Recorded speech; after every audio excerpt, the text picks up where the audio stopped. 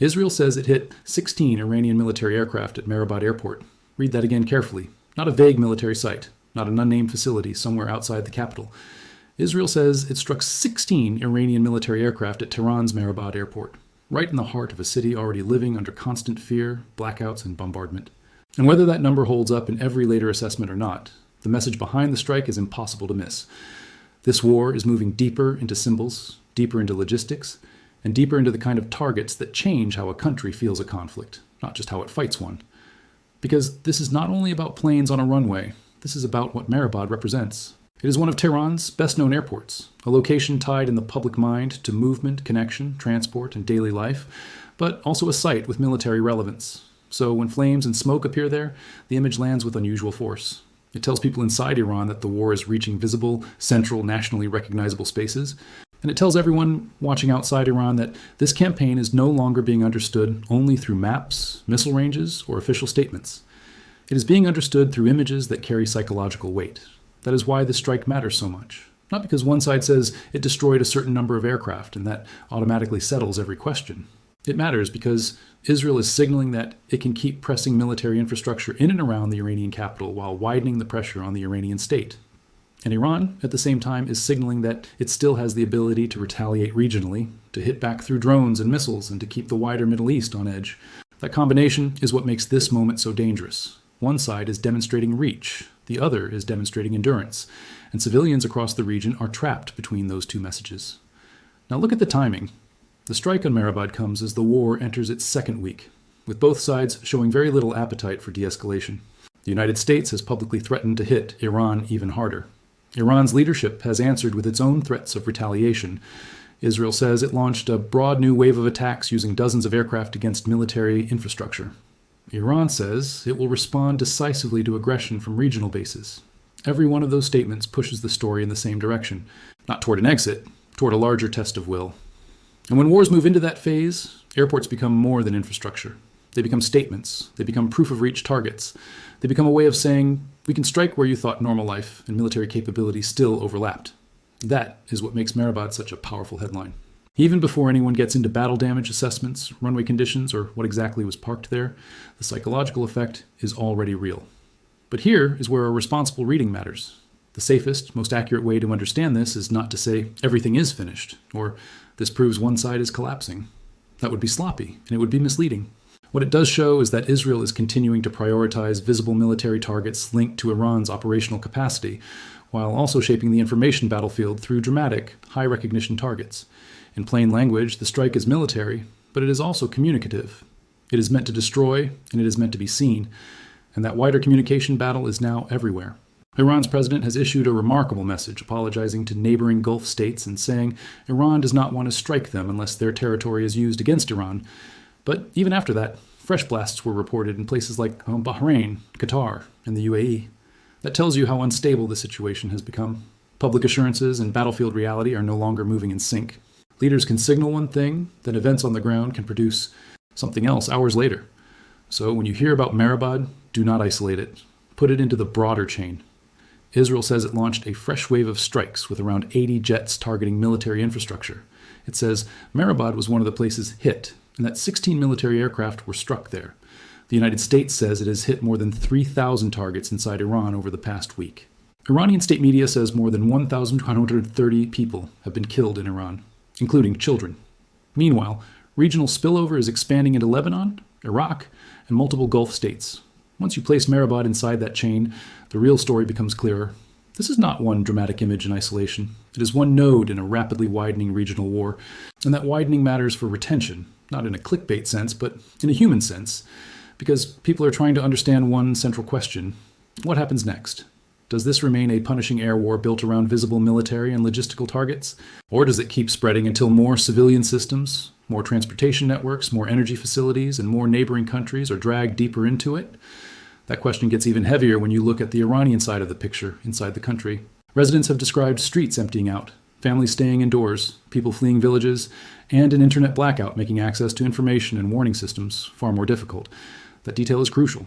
In conflicts like this, the military headline and the civilian experience can feel like two separate worlds. On one side, officials discuss aircraft, target waves, launch sites, and deterrence.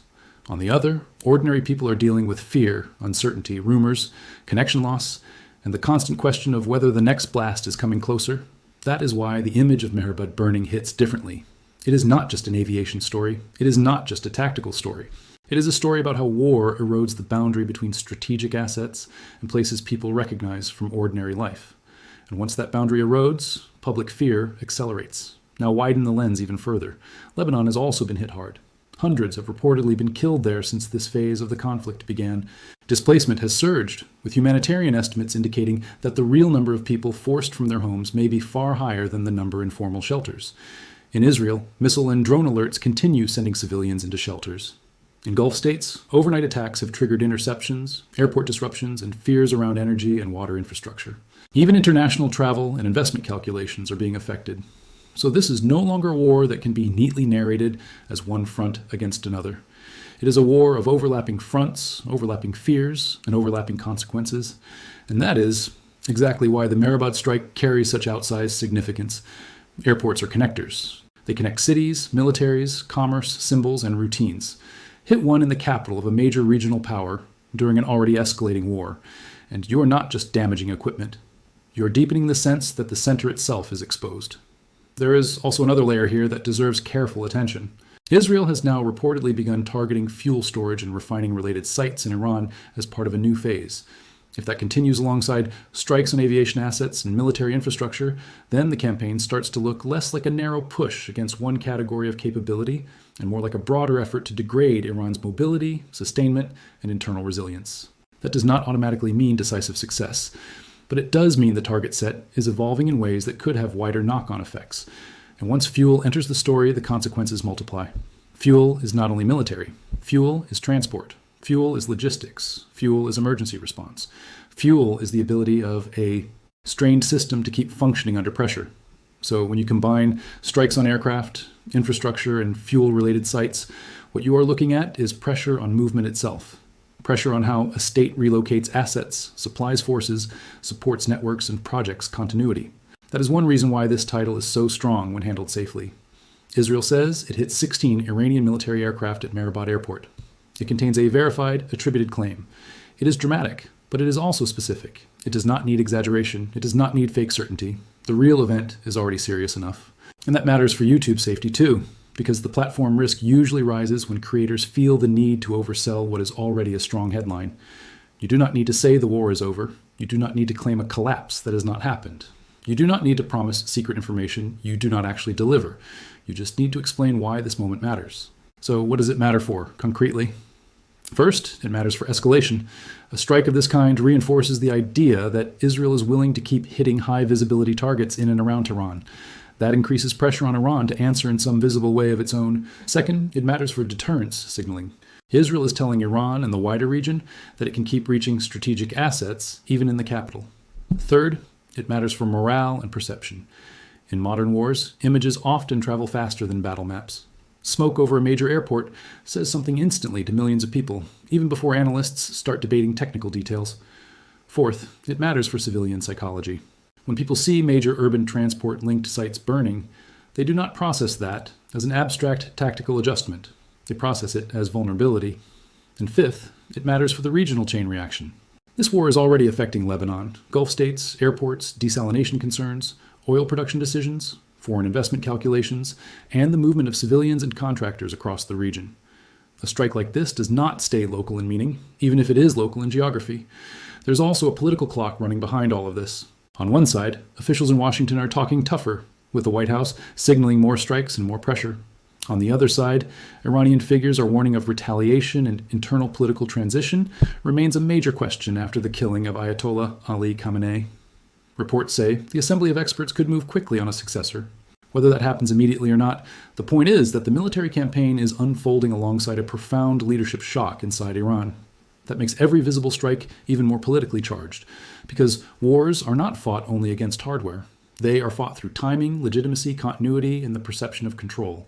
Hit military aircraft at a major Tehran airport while leadership succession questions hang over the country and civilians are already living through blackouts and fear, and you are applying pressure across multiple layers at once.